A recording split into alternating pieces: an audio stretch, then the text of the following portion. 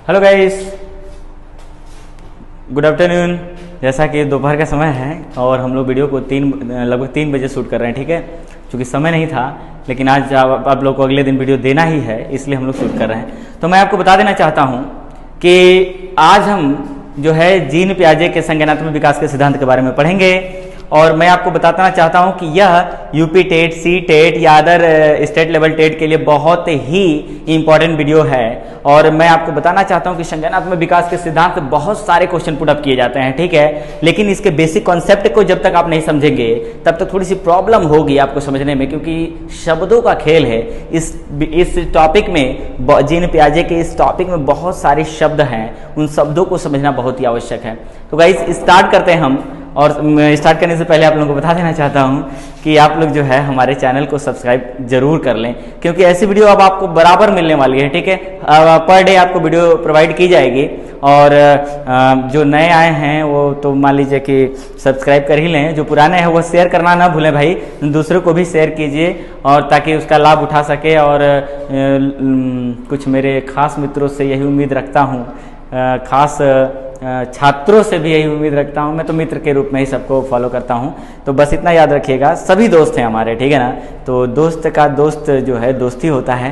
तो थोड़ा सा क्या है, आप लोग हमारी वीडियो को शेयर करें और लाइक करें, और ज़रूरत पड़े तो कमेंट भी करें। ऐसी बात नहीं है कि कमेंट करने नहीं बोलूँगा, कमेंट कीजिए, ठीक है, ताकि उससे हमें इम्प्रूवमेंट के लिए मौका मिले। चलिए आइए, जीन पियाजे। जीन पियाजे के बारे में मैं बस इतना बताना चाहता हूं कि जीन पियाजे जो हैं, जीन पियाजे स्विट्जरलैंड से बिलोंग करने वाले थे। स्विट्जरलैंड आपको पता ही होना चाहिए, पोलर रीजन है, ठीक है ना। स्विट्जरलैंड पोलर रीजन है और स्विट्जरलैंड से बिलोंग करने वाले थे। तो याद रखिएगा, ये टेट के लिए बन जाता है एक टॉपिक कि जीन पियाजे का संबंध किस देश से है। तो याद रखिएगा, जीन पियाजे का संबंध किस देश से भाई? स्विट्जरलैंड से। और यह स्विट्जरलैंड के एक मनोचिकित्सक के रूप में अपना जो है व्यक्तित्व विकसित किए। याद रखिएगा, मनोचिकित्सक। तो ये किस पेशे से बिलोंग करते हैं?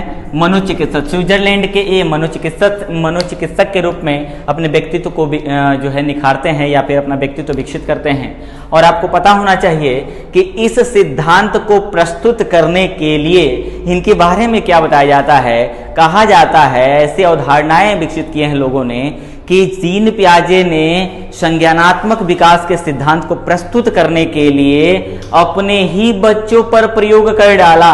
तो कहीं ना कहीं बहुत बड़ा जो है बलिदान, या फिर कह सकते हैं कि बहुत बड़ी भूमिका इनकी रही है संज्ञानात्मक विकास के सिद्धांत को प्रस्तुत करने में या विकसित करने में। क्योंकि अपने ही बच्चों के व्यक्तित्व को समझकर यह उस व्यक्तित्व के आधार पर दुनिया के समस्त बच्चों के व्यक्तित्व के विकास को समझते हैं और संज्ञानात्मक विकास को प्रस्तुत करते हैं कि किस रूप में संज्ञानात्मक विकास देखा जाता है। याद रखिएगा, जीन पियाजे के संज्ञानात्मक विकास के सिद्धांत को हम एक और नाम से जानते हैं, जिसे हम कहते हैं विकास की अवस्थाओं का सिद्धांत। क्या है भाई?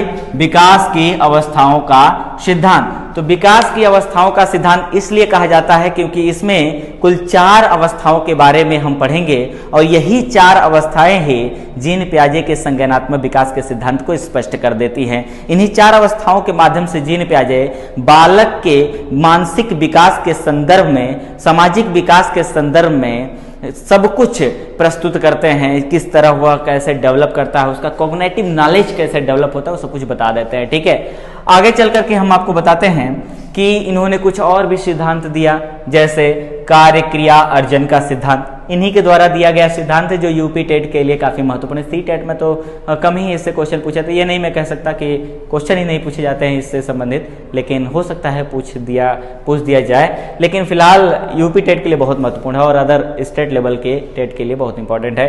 तो कार्य क्रिया अर्जन का सिद्धांत और निर्माण और खोज का सिद्धांत। याद रखिएगा, ये दोनों सिद्धांत ही जीन पियाजे के द्वारा दिए गए सिद्धांत हैं और आपके लिए बहुत ही महत्वपूर्ण। इन दोनों सिद्धांतों को आप लर्न कर लीजिएगा, ठीक है भाई। तो अब स्टार्ट करते हैं संज्ञानात्मक विकास का सिद्धांत।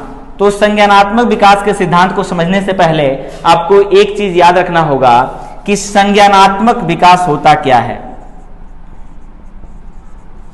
संज्ञानात्मक विकास क्या होता है, याद रखिएगा, संज्ञानात्मक विकास होता क्या है। तो संज्ञानात्मक विकास को समझने के लिए आपको समझना होगा संज्ञानात्मक विकास क्या होता है। तो याद रखिएगा संज्ञानात्मक विकास को इन शॉर्ट अगर हम कहें तो सूचनाओं को एकत्रित करना, सूचनाओं को एकत्रित करना तथा सूचनाओं को एकत्रित करना तथा उनके बारे में जानकारी प्राप्त करना, या सूचनाओं को एकत्रित करना तथा सीखना ही क्या है भाई, संज्ञानात्मक विकास है। याद रखिएगा सूचनाओं को एकत्रित करना तथा सीखना ही संज्ञानात्मक विकास है। इसको हम दूसरे रूप में कह सकते हैं, बालक के मानसिक सूचनाओं में विकास को ही हम, इसको हम दूसरे रूप में कैसे कह सकते हैं, बालक के मानसिक सूचनाओं में विकास को ही संज्ञानात्मक विकास कहते हैं। याद रखिएगा बालक के मानसिक सूचनाओं में विकास को ही संज्ञानात्मक विकास कहा जाता है। तो ये दोनों ही परिभाषाएं संज्ञानात्मक विकास कहते हैं। याद रखिएगा ये दोनों ही परिभाषाएं संज्ञानात्मक विकास को स्पष्ट करती हैं। तो अब तक क्लियर हो गया होगा कि संज्ञानात्मक विकास होता क्या है। या एक चीज आपको बताना चाहता हूं कि जो भी कुछ आखिर जब बच्चा जन्म लेता है तो संकेतों के रूप में, सिंबल्स के रूप में किसी वस्तु को देखता है तो अपने मस्तिष्क में उसका एक चित्र बनाकर रखता है, उसकी पहचान करता है। सबसे पहले रिकॉग्नाइजेशन का कार्य होता है, ठीक है, रिकॉग्नाइजेशन का कार्य होता है। और इस रिकॉग्नाइजेशन के कार्य को हम सूचनाओं का एकत्रीकरण कहते हैं और फिर उस रिकॉग्नाइजेशन के आधार पर हम उस वस्तु के बारे में सीखना शुरू करते हैं। तो इस तरह हम कह सकते हैं कि सूचनाओं को एकत्रित करना और सीखना ही, सीखने से हमारा तात्पर्य उन सूचनाओं से संबंधित अन्य जानकारी प्राप्त करना, ठीक है। तो सूचनाओं को एकत्रित करना और सीखना ही संज्ञानात्मक विकास है, ठीक है। वहीं पर हम दूसरे रूप में बालक के मानसिक सूचनाओं में जो भी विकास होते हैं वही संज्ञानात्मक विकास होते हैं। अब देखिए एक और शब्द है, चूंकि संज्ञानात्मक विकास आपने समझा, ठीक है। अब संज्ञानात्मक विकास को हम एक और शब्द हमने इंक्लूड किया है, वह है समावेशन, ठीक है, क्लियर हो गया होगा। अब अगली जो एक और शब्द है समावेशन। संज्ञानात्मक विकास को आप अच्छी तरह से समझ गए होंगे, संज्ञानात्मक विकास शब्द का तात्पर्य आप समझ गए होंगे। अब हम अगला जो है शब्द वह है समावेशन। जीन पियाजे ने एक शब्द का यूज किया, समावेशन। समावेशन क्या है? समावेशन से हमारा तात्पर्य है कि वह प्रक्रिया जिसके द्वारा वह प्रक्रिया याद रखिएगा, जिसके द्वारा बालक के संज्ञानात्मक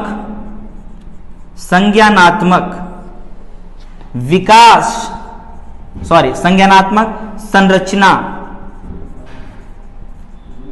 में संशोधन किया जा सके। याद रखिएगा, संशोधन किया जा सके। याद रखिएगा, बहुत ही इंपॉर्टेंट है। ये दो शब्द जीन पियाजे ने जो यूज किया है, कहीं ना कहीं सी-टेट में भी इसका अर्थ पूछ दिया जाता है कि समावेशन से तात्पर्य क्या है, और नीचे आपके बहुत सारे कोटेशन दे दिए जाएंगे। तो आपको समझना होगा कि जीन पियाजे ने समावेशन को इस रूप में प्रस्तुत किया है कि वह प्रक्रिया जिसके द्वारा बालक के संज्ञानात्मक संरचना में संशोधन किया जा सके। संज्ञानात्मक संरचना क्या है भाई? संज्ञानात्मक संरचना क्या है? यहां एक शब्द आया है संज्ञानात्मक संरचना। संज्ञानात्मक संरचना से तात्पर्य मस्तिष्क में बनने वाले, बालक के मस्तिष्क में बनने वाली या ग्रहण की जाने वाली सूचनाएं क्या होती हैं? संज्ञानात्मक संरचनाएं कहलाती है। याद रखिएगा। अच्छा, तो संज्ञानात्मक संरचनाओं का विकास किस रूप में होगा? आखिर संज्ञानात्मक संरचनाओं का क्या रूप होगा, किस रूप में वे विकसित होंगे संज्ञानात्मक संरचनाएं, इसे भी समझना अति आवश्यक है। तो आगे हम सबसे पहले संज्ञानात्मक संरचनाओं के विकास के रूप को समझ लेते हैं, फिर हम इसके सिद्धांत को अच्छी तरह से पढ़ेंगे। तो ये सब कुछ शब्द है जिससे मैं आपको परिचित कराना चाहता हूं। चलिए भाई, तो हम समझते हैं कि पहला वाला ये मिटा देते हैं, उसके बाद आगे बढ़ते हैं।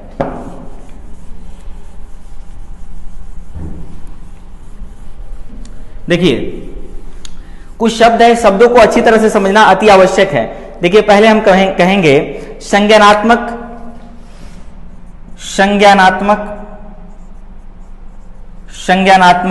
परिवर्तन। याद रखिएगा, आखिर संज्ञानात्मक परिवर्तन क्या है, परिवर्तन के रूप को हम समझ लेते हैं पहले, ठीक है। संज्ञानात्मक संरचना आप समझे, संज्ञानात्मक संरचना से तात्पर्य हमारा है मस्तिष्क में बनने वाले चित्र, या फिर हम कह सकते हैं मस्तिष्क में बनने वाले जितने भी सिंबल्स हैं वे सब संज्ञानात्मक संरचनाओं के स्वरूप है, ठीक है। अब हम देखते हैं संज्ञानात्मक परिवर्तन का क्या रूप होता है। संज्ञानात्मक परिवर्तन क्या है कि विभिन्न प्रकार के चित्रों के लिए विभिन्न प्रकार की संज्ञानात्मक संरचनाएं जन्म लेती हैं, तो वही परिवर्तन है। तो कहीं ना कहीं हम संज्ञानात्मक परिवर्तन के रूप को हम समझेंगे कि संज्ञानात्मक परिवर्तन किस रूप में विकसित होता है।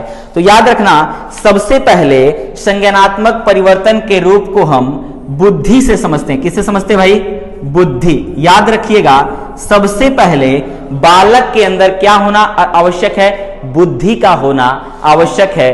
बुद्धि ही बालक के कॉग्निटिव पावर को स्पष्ट करती है। बुद्धि लब्धि के द्वारा हम बालक के कॉग्निटिव पावर को समझते हैं कि उसके अंदर संज्ञानात्मक क्षमता कितनी है, किसी वस्तु को किस रूप में वह समझता है, कितने अच्छे तरीके से वह किसी वस्तु के बारे में किसी वस्तु को परिभाषित कर सकता है, कितने अच्छे तरीके से उसके संपूर्ण क्वालिटी के बारे में समझ सकता है। दूसरा जो है वह है प्रत्यक्षीकरण। याद रखिएगा, दूसरा जो सबसे महत्वपूर्ण बिंदु है संज्ञानात्मक परिवर्तन का रूप है वह है प्रत्यक्षीकरण। क्या है भैया? प्रत्यक्षीकरण। याद रखिएगा, रिप्रेजेंटेशन, प्रत्यक्षीकरण जो है वह बुद्धि के बाद अगला स्टेप जो है संज्ञानात्मक परिवर्तन का वह प्रत्यक्षीकरण है। देखो, सबसे पहले हम समझेंगे किसी बालक में बुद्धि है तो उसी बुद्धि के आधार पर वह जो है वस्तु की पहचान करेगा और उसको लर्न करेगा। तो सबसे पहले बालक किसी वस्तु को देखता है।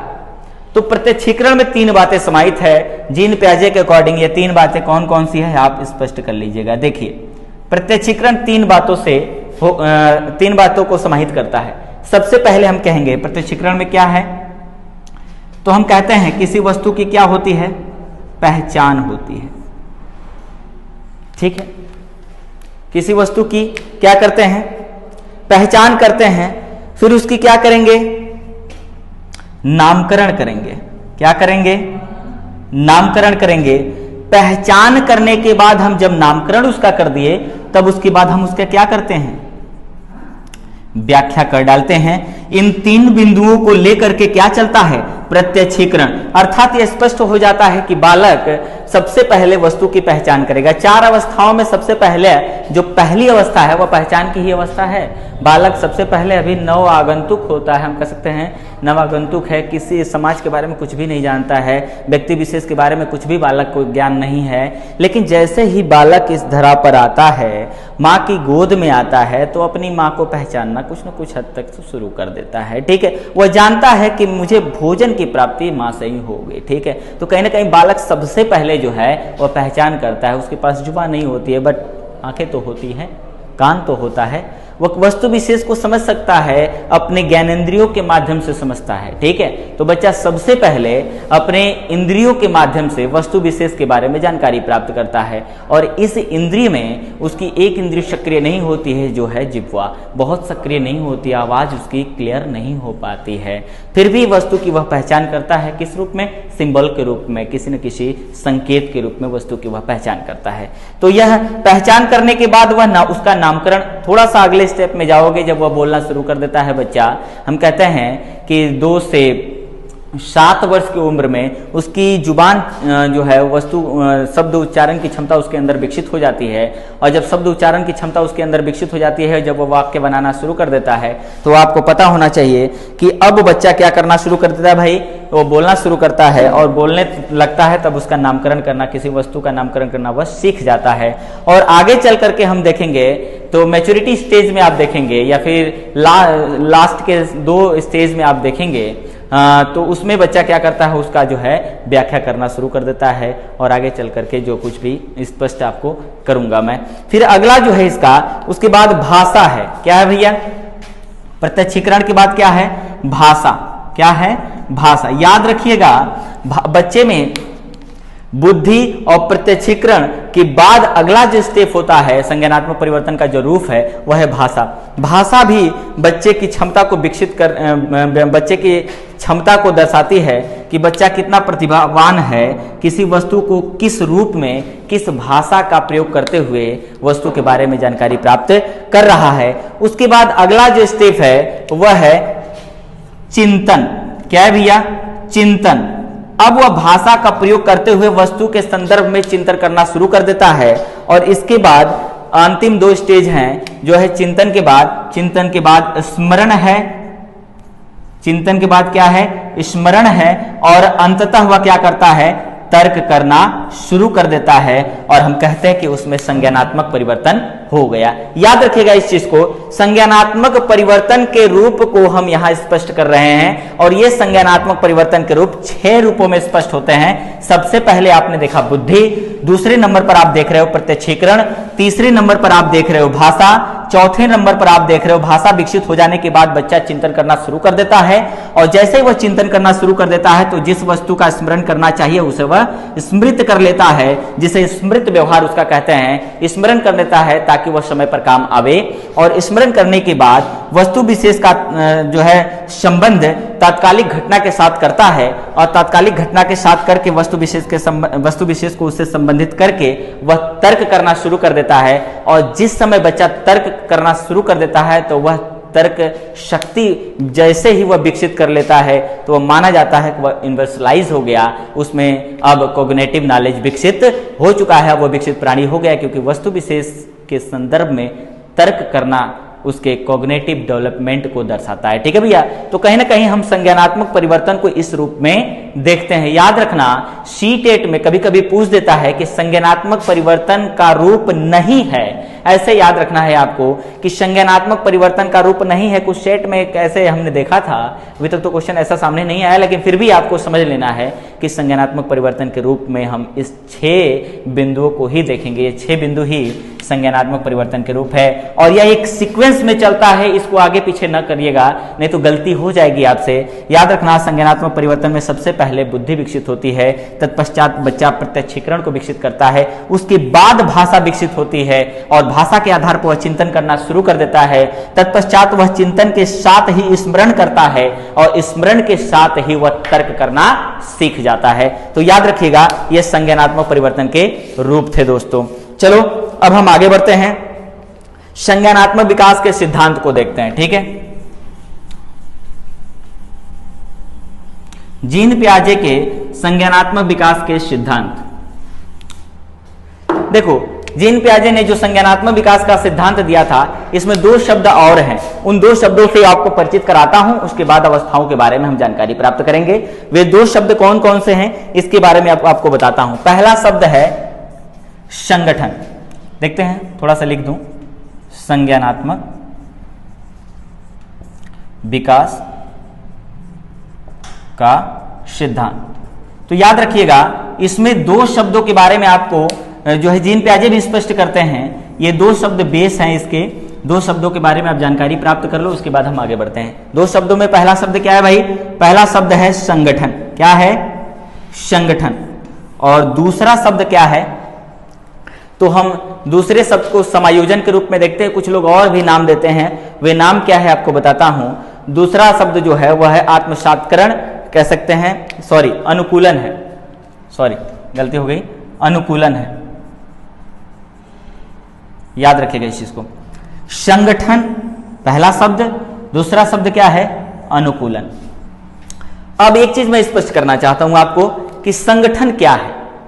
संगठन क्या है जीन पियाजे के according, not according to me, Jean पियाजे के अकॉर्डिंग हम चल रहे हैं। और जीन पियाजे ने कहा है सूचनाएं एकत्रित करना। क्या कहा है? सूचनाएं एकत्रित करना। एकत्रित करना ही क्या है? संगठन है। याद रखना, विभिन्न सूचनाओं को बौद्धिक संकेतों के माध्यम से बालक उसको संग्रह करता है अपने मस्तिष्क में। आप जानते हो कि सूचनाएं एकत्रित करना ही क्या कहलाता है? संगठन कहलाता है। आपको बता देना चाहता हूं कि बालक सबसे पहले सूचनाएं एकत्रित करता है। ऐसा नहीं है कि वह जानकारी पहले से ही, जन्म के पहले ही सब कुछ जान के आया है, ठीक है ना। वो जब जन्म लेता है, इस दुनिया में आता है बच्चा, तो उसके लिए यह दुनिया पूरी तरह से नई होती है। क्या होती है भाई? नई होती है। और जिस वस्तु विशेष को वह देखता है, उसका एक छवि कहीं ना कहीं अपने दिमाग में बैठाना शुरू कर देता है। हाँ, ये बात अलग है कि वह अस्थायी होती है, क्योंकि अभी बच्चा छोटा होता है, उसका जो मेंटल पावर होता है उतना डेवलप नहीं होता है, सामाजिक नॉलेज भी नहीं होता है। अभी तो वह अर्ध स्वप्न की स्थिति में होता है ना। तो अर्ध स्वप्न की स्थिति में किसी चीज को याद रख पाना बहुत ही जो है हम कह सकते हैं डिफिकल्ट वर्क है। इसलिए बच्चा इस स्थिति में, प्रारंभिक स्टेज में अपने जैसे ही जन्म लेता है, तो 2 वर्ष तक तो बच्चे को समझने में ही लग जाता है, सूचनाएं एकत्रित करने में ही लग जाता है। तो कहीं ना कहीं मैं आपको बता देना चाहता हूं कि बच्चा इस स्थिति में संगठन का कार्य करता है। क्या करता है भैया? संगठन का कार्य करता है। याद रखेगा। और संगठन का मतलब ही होता है सूचनाओं को एकत्रित करना। जिस चीज को देख रहा है उसको बस अपने दिमाग में उसकी छवि बैठाते चला जा रहा है। ठीक है भैया, याद रखना इस चीज को। दूसरा जो शब्द है वह है अनुकूलन। दूसरा जो शब्द है वह है अनुकूलन। अनुकूलन आगे चल करके जीन पियाजे ने इसे 2 उप रूपों में दर्शाया है। अनुकूलन को स्पष्ट करते हैं 2 उपशब्दों के माध्यम से। ठीक है, वे शब्द कौन कौन से हैं? आत्मसात्करण और समायोजन। याद रखना इस चीज को। अनुकूलन 2 शब्दों को लेकर चलता है। उसमें से पहला शब्द जो है वह है आत्मसात्करण। याद रखिएगा, बहुत इंपॉर्टेंट है आत्मसात्करण। क्या भैया? आत्मसात्करण। और दूसरा जो है वह है समायोजन। क्या है? समायोजन। इसको हम विशिष्टीकरण भी कह सकते हैं। क्या कह सकते हैं? विशिष्टीकरण। याद रखिएगा, यहां संगठन था। भूल कर भी आप जो है संगठन को समायोजन ना समझें। ठीक है ना। समायोजन अलग है, आत्मसात्करण अलग है, संगठन अलग है, अनुकूलन अलग है। ठीक है भैया, याद रखना इस चीज को। अब आपको बताना चाहता हूं कि संगठन आप समझ गए हैं, सूचनाएं एकत्रित कर रहा ही संगठन है। बालक विभिन्न क्षेत्रों, विभिन्न वस्तुओं, विभिन्न व्यक्तियों को देख करके सूचनाएं एकत्रित करता है। अब आपको बताते हैं कि अब अनुकूलन के बारे में आपको बता देते हैं। अनुकूलन 2 शब्दों को लेकर चलता है, एक है आत्मसात्करण और एक है समायोजन।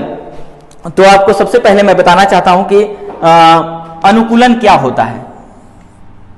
अनुकूलन क्या होता है एक बात बता देना चाहता हूं। थोड़ा सा टेक्निकली प्रॉब्लम है, थोड़ा 1 मिनट मुझे दीजिएगा। चलिए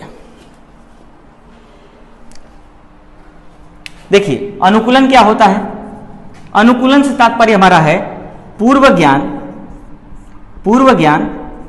और नवीन ज्ञान। पूर्व ज्ञान और नवीन ज्ञान के मध्य संतुलन बनाना। याद रखिएगा इस चीज को। पूर्व ज्ञान और नवीन ज्ञान के मध्य संतुलन बनाना ही क्या है? अनुकूलन है। याद रखिएगा इस चीज को। पूर्व ज्ञान और नवीन ज्ञान के मध्य संतुलन बनाना ही क्या है? अनुकूलन है। तो ये स्पष्ट है, अब इसको आप क्लियर कर लिए होंगे। पूर्व ज्ञान और नवीन ज्ञान के मध्य संतुलन बनाना ही क्या है? अनुकूलन है। तो अब हम आते हैं आत्मसात्करण को समझते हैं। आत्मसात्करण क्या है? तो देखिए, आत्मसात्करण पहले आपने जो सीखा है या पहले आपने जो देखा है उसी रूप में आप जब उसको प्राप्त कर लेते हो या ले लेते हो, या नवीन परिस्थिति में आप जो पहले सीखे हो ना, वर्तमान की परिस्थिति में ज्यों का त्यों यदि आप उसे उपयोग में लाना शुरू कर दिए तो वह आत्मसात्करण कहलाता है। फॉर एग्जाम्पल एनसीईआरटी में कोई बदलाव न कीजिएगा। यदि कह देता है कि हाथी 100 केजी पत्ते खाता है पर डे, तो 110 केजी नहीं हो सकता मेरे भाई, वह 100 केजी को ही मानेगा। दैट इज कॉल्ड आत्मसात्करण। यही कहलाता है आत्मसात्करण। क्वेश्चन में यदि आ गया, अगर आपको वहां पर हाथी के बारे में लिखने के लिए कह दिया गया, एनसीईआरटी का क्वेश्चन है कि हाथी कितना केजी पत्ता खाता है, तो आप 120 या 150 केजी नहीं कहते कि अपने मन से कि मेरा हाथी बड़ा है ज्यादा खा लेगा, ऐसा है क्या? नहीं, मेरा हाथी बड़ा हो चाहे छोटा हो, एनसीईआरटी यानी पहले जो ज्ञान प्राप्त है वर्तमान में भी वैसे ही उसको यूज में लाना है, उसमें थोड़ा भी मॉडिफिकेशन नहीं चलेगा। दैट इज कॉल्ड आत्मसात्करण। आत्मसात्करण कहता है पूर्व ज्ञान का नवीन परिस्थितियों में ज्यों का त्यों प्रयोग में लाया जाना ही क्या कहलाता है? आत्मसात्करण। समझ में आया मेरे दोस्तों? पूर्व ज्ञान का नवीन परिस्थितियों में, पूर्व ज्ञान का नवीन परिस्थिति में ज्यों के त्यों रूप में प्रयोग में लाया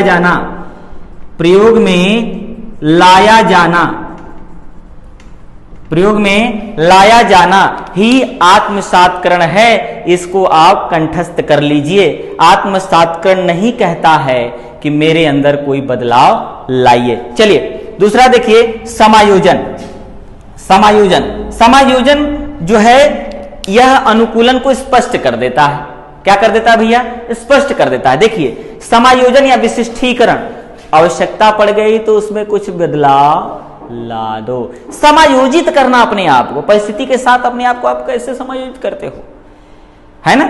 आप किसी नए समाज में जाते हो तो सबसे पहले आपके अंदर यह क्वालिटी होनी चाहिए कि आप उस समाज में अपने आप को समायोजित कर सको। तो समायोजित कैसे करोगे?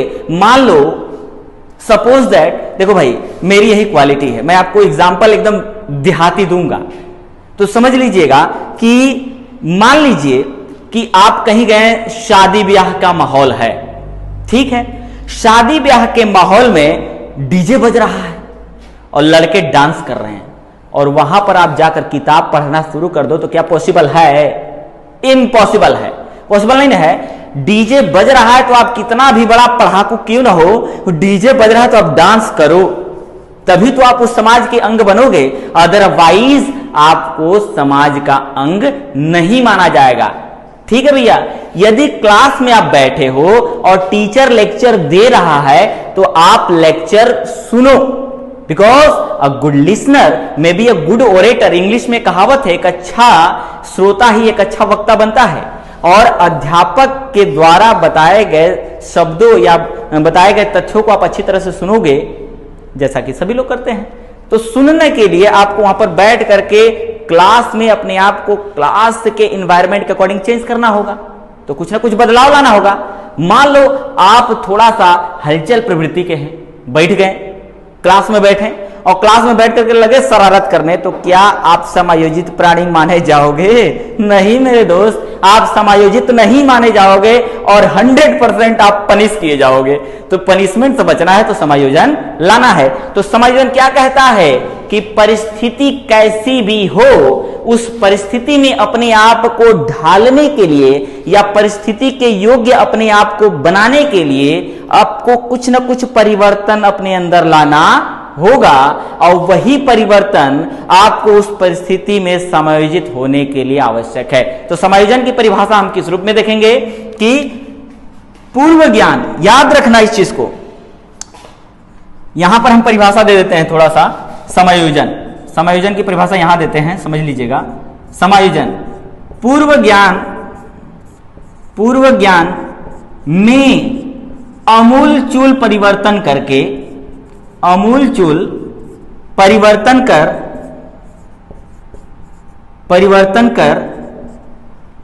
नवीन ज्ञान